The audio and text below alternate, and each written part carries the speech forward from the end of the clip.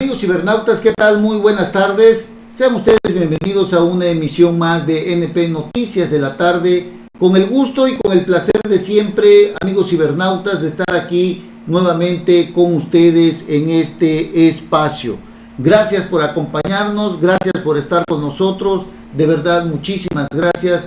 Es un gusto, es un placer estar nuevamente aquí en este espacio.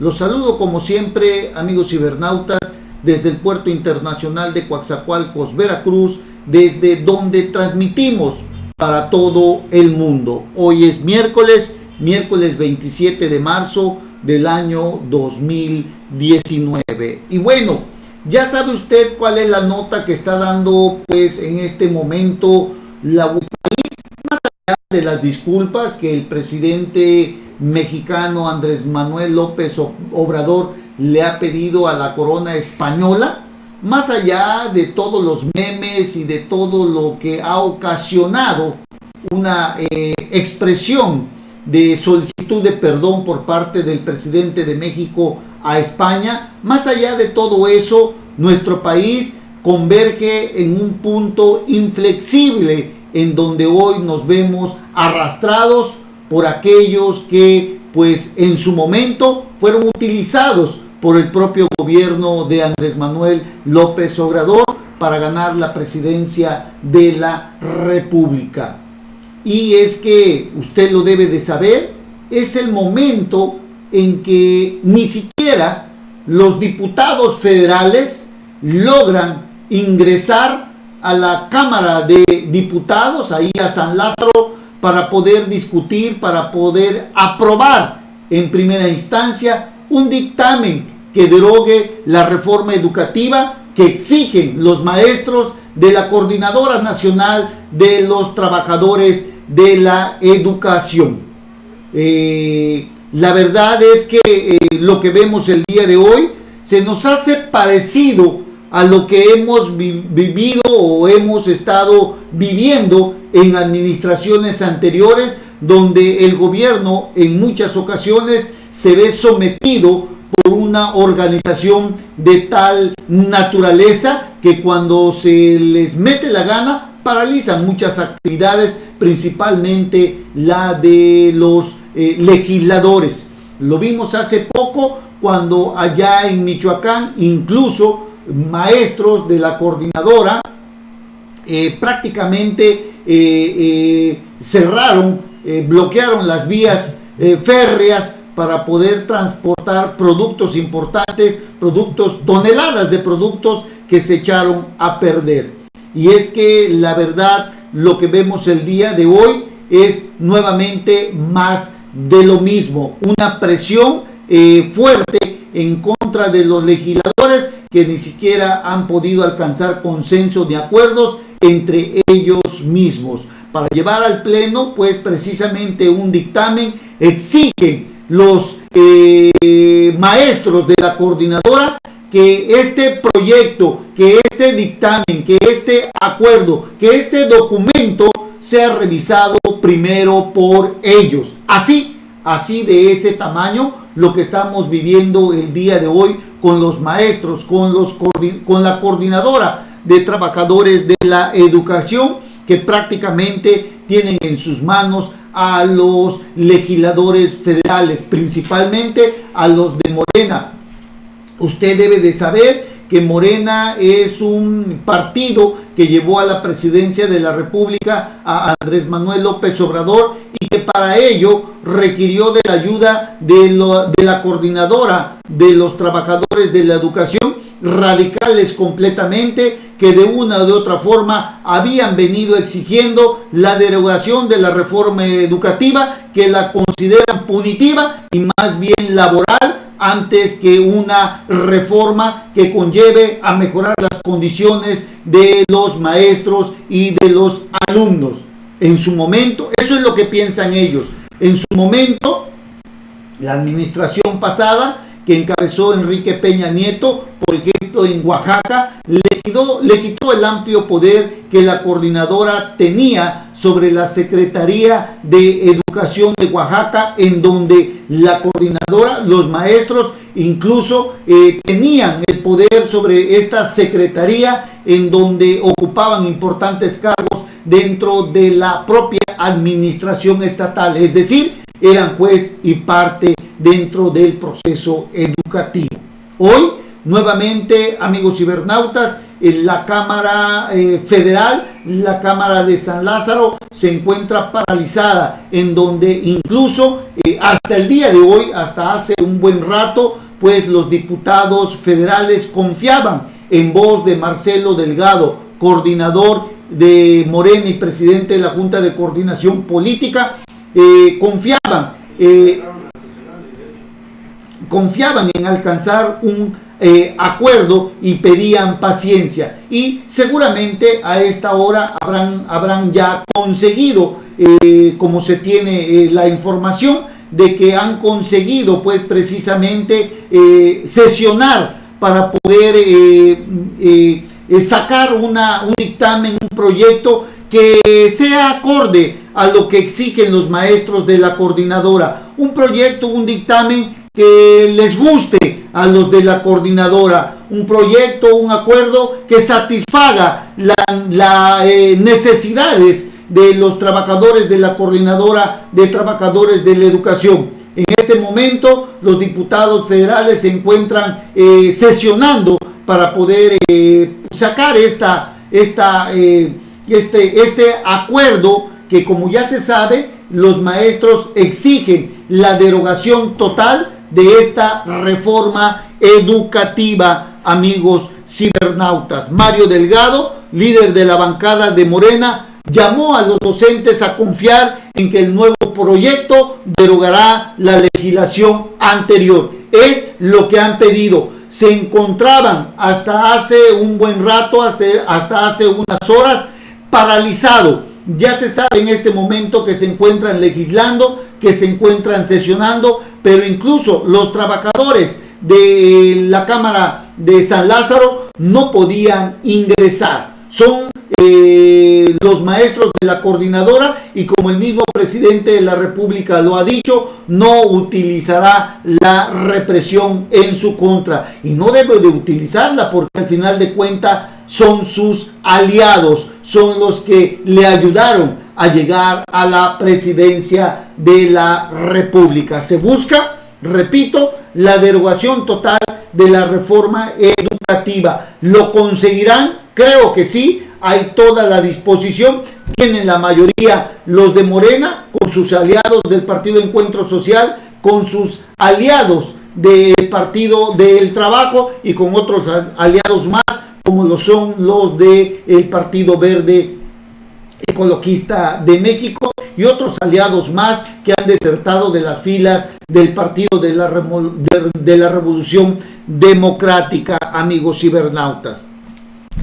Bueno, solo unos días prácticamente podríamos estar hablando de que duró la tregua que la Coordinadora Nacional de Trabajadores de la Educación otorgó a los diputados federales. Hay una tregua que se rompió precisamente cuando tomaron las instalaciones y nuevamente se logró pacificar, digámosle así, hasta hace unos momentos, unas horas, en que nuevamente permitieron el ingreso de los diputados para poder sesionar y trabajar sobre la derogación de la reforma educativa, una reforma que no están dispuestos los maestros a seguir soportando.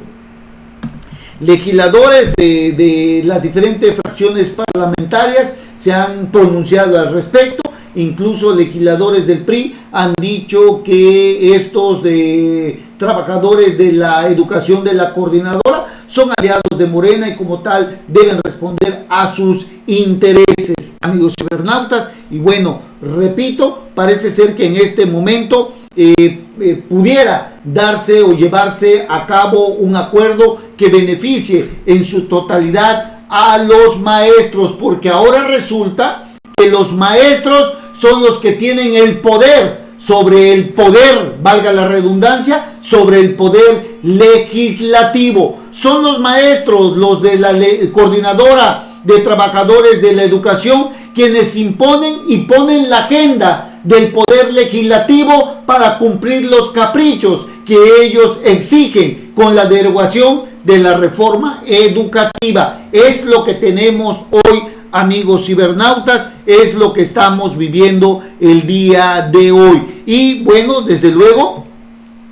todo esto, amigos cibernautas, nos llama la atención, porque nuestro país puede vivir pues sin que nos pida una disculpa, digámosle así, la corona española por la conquista que se llevó a cabo pues hace más de 500 años. Creo que vamos a cumplir 500 años de la conquista de nuestro país. Usted sabe que López Obrador, este señor que de repente tiene ocurrencias medio venezolanas, porque Venezuela también pidió disculpas, todo mundo pide disculpas, ¿no? Bueno, podemos vivir sin que nos pidan una disculpa, podemos soportar que el presidente de la República todos los días en sus mañaneras llame a una prensa fifí, llame a grupos que no piensan igual que él,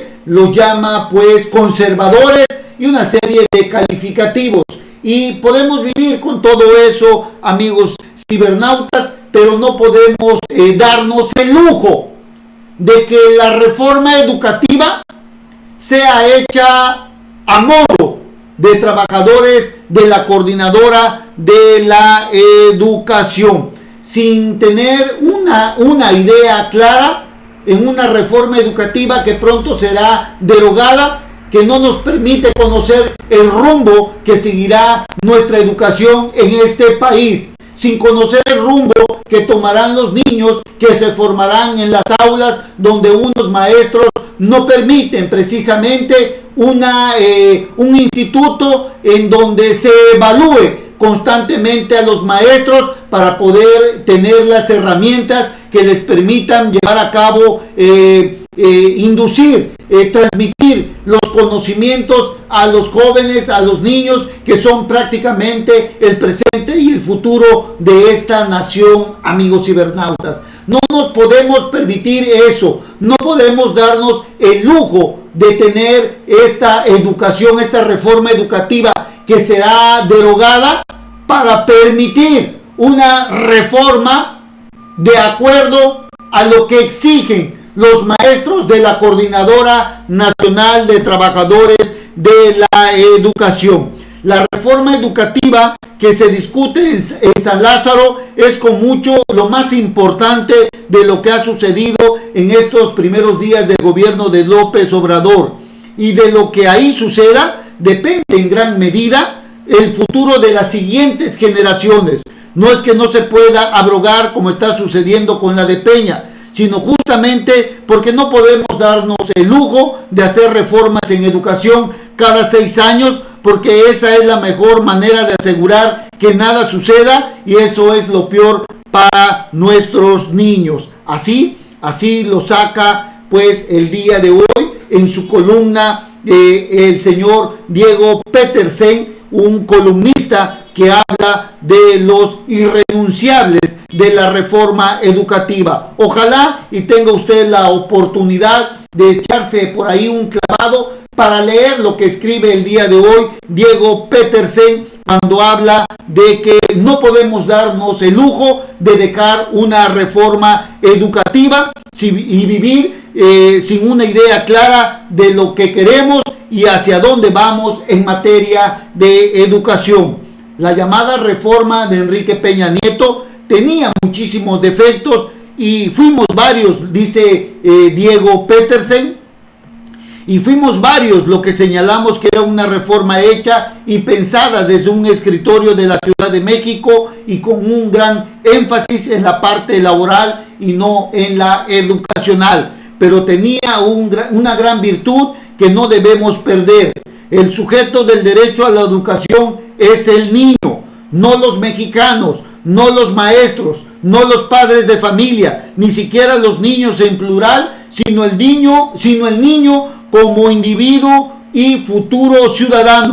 Todos y cada uno de los niños merecen esa educación sin importar el lugar de nacimiento, condición social o limitaciones. Es decir, debemos buscar una mejor educación para los niños sin que exista la limitante cada 6 años de llevar a cabo una reforma educativa de acuerdo a los intereses de un sindicato.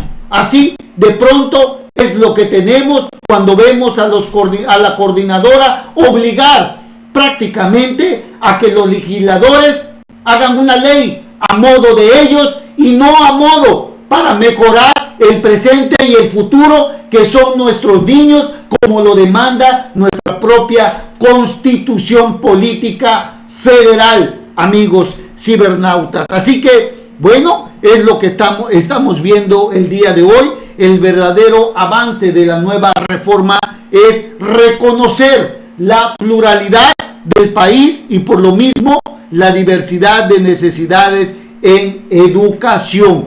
La educación que requiere un niño indígena en Chiapas o en Oaxaca no se parece en nada a la de uno de Monterrey o Tijuana. Son distintos parámetros con que se mide la educación de estos niños. Lo que sí es que ambos merecen la misma calidad. Amigos cibernautas, es lo que escribe hoy Diego Petersen y ojalá usted le pueda echar una leidita a este personaje en una columna que hoy escribe Ideas por Diego Petersen, que habla precisamente de la reforma educativa que hoy se discute y que pues desgraciadamente, como dicen por ahí, cada maestrito con su librito, cada que llega un gobernante hace algo distinto a lo que deja el anterior. No importa si es bueno, lo cambia totalmente y esto es lo que ya no debemos permitirnos, amigos cibernautas. Es lo que estamos viendo el día de hoy con lo de la reforma educativa que se está discutiendo ahí en San Lázaro. Otro tema que llamó muy importante, que llamó la atención a propósito ya de que ya salió este decreto en el Diario Oficial de la Federación, tiene que ver esta situación de la creación con respecto de la Guardia Nacional, en el cual se establece, entre otras cosas, que los mexicanos tienen derecho a poseer armas en su domicilio para su seguridad y legítima defensa. Es lo que ya se dio a conocer con este decreto que ya se publicó en materia de Guardia Nacional, donde habla que los mexicanos, la verdad es que la propia Constitución lo señala, pero aquí nuevamente se hace esta observación, ¿no? Que los habitantes mexicanos, nosotros los mexicanos, tenemos derecho a poseer armas en el domicilio para seguridad, para legítima defensa y pues desde luego, como lo señala también la propia Constitución,